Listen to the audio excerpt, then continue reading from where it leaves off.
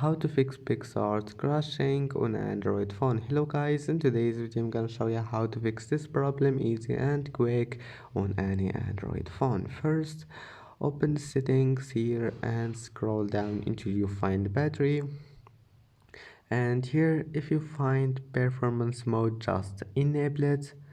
And now go back and go to apps, and then apps again, and here type Picsart and click on it.